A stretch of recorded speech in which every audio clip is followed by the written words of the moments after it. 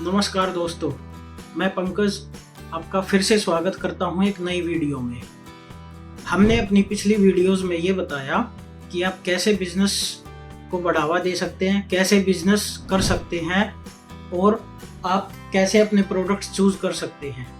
आज की हमारी ये वीडियो होगी कि कैसे हम इंपोर्ट एक्सपोर्ट भी कर सकते हैं, और अगर हमें इंपोर्ट एक्सपोर्ट करना है तो कैसे हमें कौन कौन से डॉक्यूमेंट्स की रिक्वायरमेंट पड़ेगी। लेकिन सबसे पहले अगर आप वीडियो में नए हैं तो पहले आप चैनल को लाइक कीजिए, सब्सक्राइब कीजिए। तो चलिए दोस्तों, अब हम बात करते हैं अपनी वीडियो में कि हमें कौन कौन से डॉक्यूमेंट्स की ज़रूरत पड़ेगी अगर हम अपना इंपोर्ट एक्सपोर्ट का काम स्टार्ट करना चाहते हैं। तो दोस्तों, पिछली वीडियो में मैंने आपको बताया कि हमें कौन सा बैंक अकाउंट ओपन करवाना चाहिए, कौन सी कंपनी फॉर्मेशन करनी चाहिए और हम कैसे अपने प्रोडक्ट्स को चूज़ कर सकते हैं। अब मान लीजिए हम अपने प्रोडक्ट्स को बाहर से इंपोर्ट करना चाहते हैं, क्योंकि इंडिया से तो एक्सपोर्ट होता है सिर्फ आपका अनाज, गेहूं, दाल, चावल, ये ज़्यादातर इंडिया से एक्सपोर्ट होता है। लेकिन इंपोर्ट इंडिया में काफ़ी सारा होता है, जैसे बाहर से रॉ मटेरियल आता है इलेक्ट्रॉनिक्स गुड्स के लिए, कपड़ों के लिए भी रॉ मटेरियल आता है, काफ़ी चीज़ें आती हैं। तो इंपोर्ट इंडिया में ज़्यादा होता है, इसीलिए हमारा ट्रेड डेफिसिट हमेशा ऊपर नीचे होता रहता है।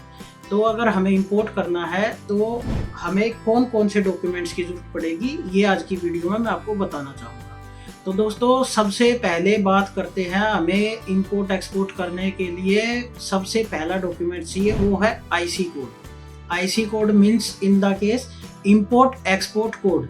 ये हमें वो इंडिया की गवर्नमेंट हमें देती है, मीन्स डीजीएफटी हमें इशू करके देता है इसको। ये इंपोर्ट एक्सपोर्ट आपका एक यूनिक कोड होता है। इसके बेसिस पे आप बाहर से इंपोर्ट भी कर सकते हैं और इंडिया से बाहर आप अपने प्रोडक्ट्स को एक्सपोर्ट भी कर सकते हैं। लेकिन इंपोर्ट एक्सपोर्ट कोड के साथ और भी काफ़ी चीज़ें होती हैं जो मैं आपको बताना चाहूँगा। अब मान लीजिए आपको बाहर से कोई रॉ मटेरियल मंगाना है अपने गुड्स के लिए, या फिर आपको मान लीजिए जैसे इलेक्ट्रॉनिक्स में आजकल इंडिया में काफ़ी सारी चीज़ें मतलब रेडी टू मूव आती है। रेडी टू मूव मतलब वहाँ वो बन के रेडी होती है और सिर्फ उसको इंडिया में इंपोर्ट करना पड़ता है। तो उसके लिए ये चीज़ें आपको कोई नहीं बताएगा। उसके लिए हमें मेन चाहिए होता है एलएमपीसी। एलएमपीसी होता क्या है दोस्तों? एलएमपीसी होता है legal metrology packaged commodity. Means आपको एक एलएमपीसी सर्टिफिकेट लेना पड़ेगा। इस सर्टिफिकेट ये आपका मैंडेटरी होता है फॉर बिजनेस पर्पस इन्वॉल्विंग, जो आपका इन्वॉल्व होता है इंपोर्ट। मतलब आप मान लीजिए बाहर से कोई भी बना बनाया प्रोडक्ट लाते हैं, आप उसको इंडिया में इंपोर्ट करते हैं और आप उसको सेल करते हैं, या फिर आप ऑनलाइन ई कॉमर्स पे भी जाके सेल करते हैं। तो ये आपको इंपोर्टिंग में, आपको मैन्युफैक्चरिंग में, आपको पैकेजिंग में और सेलिंग में, मतलब pre packed goods import to India, इसमें आपको बेनिफिशियरी ये रहता है। ये आपको लेना ही पड़ेगा एलएमपीसी सर्टिफिकेट। ये चीज़ आप ध्यान रखिए, ठीक है दोस्तों। इसके बाद हमारा नेक्स्ट डॉक्यूमेंट्स आता है, वो हमारा आता है ईपीआर। ईपीआर सर्टिफिकेट होता है। ईपीआर सर्टिफिकेट क्या होता है दोस्तों? मान लीजिए आप बाहर से मेटल की चीज़ लाते हैं, आप बाहर से प्लास्टिक की चीज़ें लाते हैं, मतलब रेडी टू मूव लाते हैं। तो इन प्रोडक्ट्स को जब आप इंडिया में लाते हैं, इंडिया में लाने के बाद आपको ये भी देखना पड़ता है कि मेरा ये प्रोडक्ट अगर सेल हो रहा है तो इसकी एक लाइफ वारंटी होती है, लाइफ साइकिल होती है। उसके बाद ये मेरा प्रोडक्ट मतलब रिन्यूएबल है या डिस्पोजेबल है। तो ये सभी मैंडेटरी होता है सभी प्रोड्यूसर्स के लिए, सभी इंपोर्टर्स के लिए और ब्रांड ओनर्स के लिए। और हाँ दोस्तों, इसकी है ना आपकी ईयरली रिटर्न भी जाती है। जैसे कि मान लीजिए आप अपनी आईटीआर भरते हैं, आप जीएसटी भरते हैं, तो ईपीआर की भी रिटर्न जाती है। ये रिटर्न आपको फाइल करनी पड़ती है। काफ़ी लोगों को ये चीज़ें पता नहीं होती। सिर्फ ईपीआर लेने से आपके बेनिफिट नहीं मिलेंगे आपको। आप ईपीआर लेंगे, आप ईपीआर आपका रेगुलर बेसिस पे आपको रिन्यू भी कराना पड़ता है। लेकिन ईपीआर लेने के बाद आपने एक साल में कितने प्रोडक्ट्स इंपोर्ट किए, उनकी क्वांटिटी कितनी थी, उनका किलोग्राम्स में वेट कितना था या टन्स में कितना था, उसके बाद आपका मान लीजिए साल 2 साल के बाद वो प्रोडक्ट डिस्पोजल होता है, उसमें से आपने कितना वापस कलेक्ट किया, कितना प्रोडक्ट आपने डिस्पोजल किया, वो सारी चीज़ें भी आपको ईपीआर के थ्रू आपको फाइल करनी पड़ती है। ये चीज़ें दोस्तों देखिए कोई नहीं बताता और अगर मान लीजिए कल को आपको लगता है कि मुझे मान लीजिए XYZ कोई भी प्रोडक्ट अच्छा लगता है, मैं बाहर से इंपोर्ट कराना चाहता हूँ, तो ये जो मैंने 4 डॉक्यूमेंट्स आपको बताए हैं ये मस्ट हैं, ये आपको दोस्तों चाहिए ही चाहिए। और इन डॉक्यूमेंट्स के बारे में आप अगर लेना चाहते हैं तो आप अपने CA से भी कंसल्ट कर सकते हैं, या फिर आप कमेंट बॉक्स में जाके आप मेरे को कमेंट्स कर सकते हैं, मैं डेफिनेटली आपकी इसमें हेल्प कर सकता हूँ, ठीक है।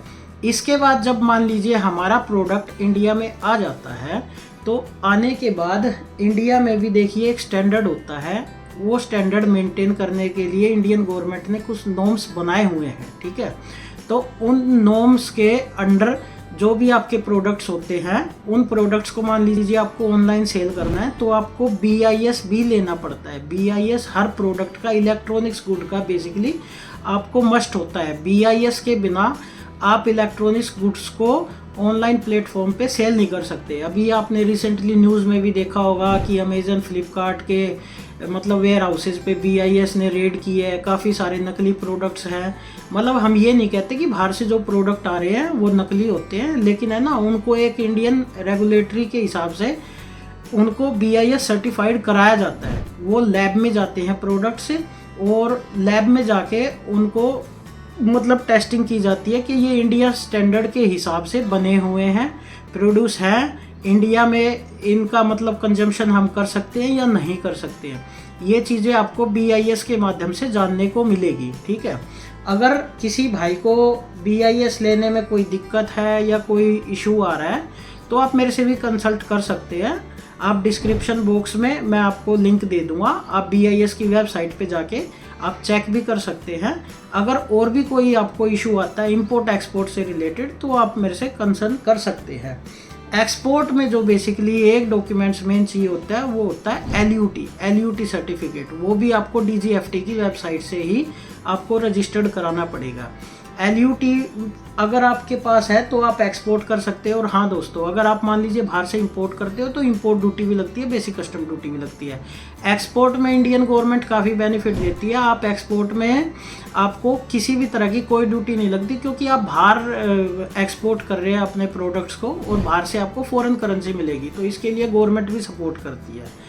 तो आप अपनी प्रोडक्ट लाइन में जाइए, आप अपना एम बनाइए कि आपको क्या चीज़ें इंपोर्ट करनी है, क्या चीज़ें एक्सपोर्ट करनी है। लेकिन दोस्तों, जो मैंने आपको ये डिटेल्स बताई हैं, ये सर्टिफिकेट्स बताए हैं, ये सर्टिफिकेट्स आपको इंपोर्ट और एक्सपोर्ट में आपकी काफ़ी हेल्प कर सकते हैं, ठीक है दोस्तों।